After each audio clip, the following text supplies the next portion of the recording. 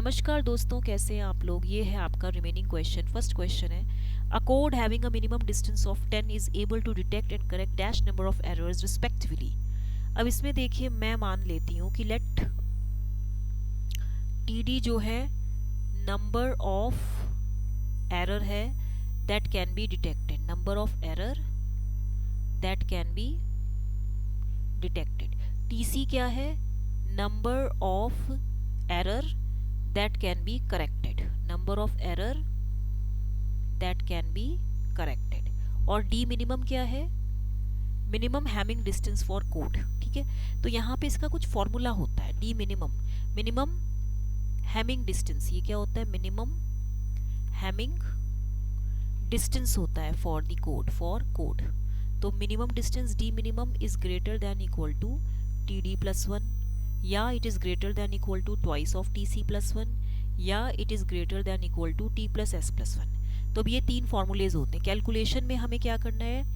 Calculation में हम ये फॉर्मूला लेते हैं, जैसे कि d minimum is greater than equal to td plus 1। td क्या है? Number of errors that can be detected. तो d मिनिमम, मिनिमम डिस्टेंस कितना दिया है? 10, तो greater than equal to td plus 1। तो td is less than equal to 9, तो td की वैल्यू कितनी हो गई? 9 हो गई। तो d मिनिमम कितना है अब? Twice tc plus 1। d minimum is greater than equal to twice tc plus 1। तो यहाँ पे आप देखिए अगेन, ये 10 है तो greater than equal to twice tc plus 1। तो 10 माइनस 1 9 हो गया ना। तो twice tc is less than equal to 9 which implies tc is near about 4। तो यानी कि इसने क्या पूछा है क्वेश्चन में कि डिटेक्ट एंड करेक्ट, यानी कि टीडी टीसी पूछा है। तो टीडी कितना है? 9 है और टीसी कितना है? 4 है। तो आंसर क्या होगा? सेकंड। कितना सिंपल क्वेश्चन है। नेक्स्ट क्वेश्चन है, fibre is preferred over electrical cabling when dash bandwidth dash distance और dash to electromagnetic interference is required. तो इसका आंसर क्या होगा? Fiber optic communication means the method of transferring the information from one place to another in the form of pulses of infrared light through an optical fiber. Most commonly used transmitter होते हैं LED laser, और जो main optical receiver होता है वो photo detector होता है। तो this is the efficient technique for the faithful production of data at the receiver, right. Fibre optics क्या होते हैं? दे आर सेफर होता है। फाइबर नॉन कंडक्टिंग होता है and it is therefore safe in electromagnetic environments. This means कि it can be safely used around electrical transmission lines as well as in high RF and magnetic fields.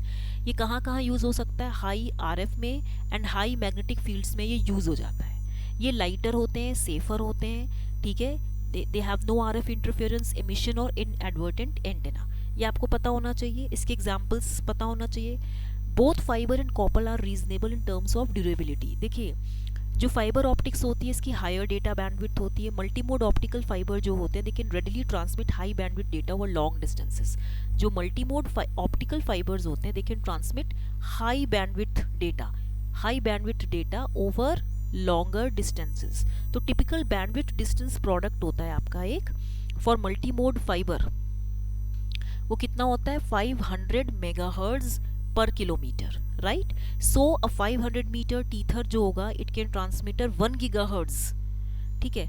या आप कह सकते हैं आपके पास कोई ट्विस्टेड पेयर है, ट्विस्टेड पेयर केबल है। अगर ट्विस्टेड पेयर केबल जो होगा it is optimised for high data rate, इसका हाई डेटा रेट होता है, ठीक है। कैट 6 जो है, जैसे कैट 6 भी कोई केबल है तो it can transmit 500 megahertz over only 100 metres. तो bandwidth distance product of 50 megahertz पर किलोमीटर, राइट। तो जो ऑप्टिकल फाइबर होता है इट हैज़ नो आरएफआई और EMI issue because it is not a conductor. क्यों इसका कोई आरएफआई नहीं होता इंटरफेरेंस? क्योंकि ये कंडक्टर की तरह बिहेव ही नहीं करता, it is a non conductor. ये मैंने आपको बताया ना, ये नॉन कंडक्टर होता है। और कॉपर वायर जो होता है it can leak signals and can be affected by RFI, क्योंकि जो कॉपर वायर होती है ये एंटेना की तरह एक्ट करता है, interfering with data being sent along the cable. Extreme cases में copper wire can pick up energy from the adjacent high power transmitters. कोई भी उसके अगल बगल जो ट्रांसमीटर है हाई पावर सिग्नल रेडिएट कर रहा है तो वहाँ से वो एनर्जी को पिकअप कर लेता है copper wire, and it not only interferes with data transmission, लेकिन ये वायर को भी पोटेंशियली बहुत ओवरहीट कर देता है। दूसरा क्या है, फाइबर ऑप्टिक्स लाइटर भी होते हैं। पहले मैं आपको एडवांटेजेस बता रही हूँ। Voltages below 1000 volt electrical conductors बहुत ज़्यादा हैवियर होते हैं। 1000 वोल्ट के नीचे जो इलेक्ट्रिकल कंडक्टर्स होते हैं ये कैसे होते हैं? ये हैवियर होते हैं, These are heavier than optical fiber for similar power delivery capacity. तो conductor weight tends to scale as 1 by voltage square. अभी पावर लॉस क्या होता है, वी स्क्वायर बाय आर होता है ना. तो इवन 400 वोल्ट्स में भी copper weighs over twice as much as fibre. तो इसका जो राइट आंसर होगा वो क्या होगा कि fibre is preferred over electrical cabling when high bandwidth, long distance और immunity to electromagnetic interference is required. तो इसका राइट आंसर थर्ड ऑप्शन होगा. नेक्स्ट क्वेश्चन है आपका last. A 7/4 hamming code contains parity bits. ठीक है, तो ये कैसे होगा, कंटेन्स पैरिटी बिट्स. देखिए आपको फॉर्मूला पता होना चाहिए. क्या फॉर्मूला होता है, हैमिंग कोड आप नंबर ऑफ पैरिटी बिट्स कितने हो जाएंगे, n-k, यानी कि 7-4 यानी कि 3. तो q क्या है, 3 है, तो आंसर क्या होगा 3 है. तो minimum number of parity bits for n, k is 3. तो आपको इतना मालूम होना चाहिए कि जैसे कोई Hamming codes linear block codes होते हैं, family of n, k Hamming codes जो होते हैं for q greater than equal to 3. इसको आप कैसे डिफाइन करेंगे, मैं यहाँ पे ब्लॉक डायग्राम बना देती हूँ. जैसे ये है तो k is equal to what, 2 to the power q minus 1 and यहाँ पे q is equal to n-k. तो ये क्या है आपका पैरिटी बिट्स है, pb मतलब पैरिटी बिट्स, और ये क्या है आपके मैसेज बिट्स हैं.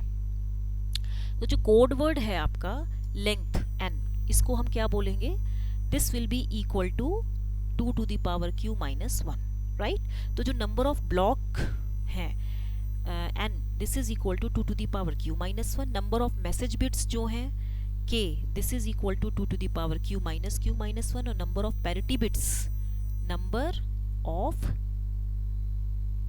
Bits this is equal to n-k, right. तो ये होगा. तो यहाँ पे 7,4 क्या है, n, k. ठीक है, तो आई होप आपको मेरा पढ़ाने का ढंग अच्छा लगा होगा. तो इसको लाइक शेयर सब्सक्राइब करना मत भूलिएगा. ठीक है, टिल देन थैंक यू.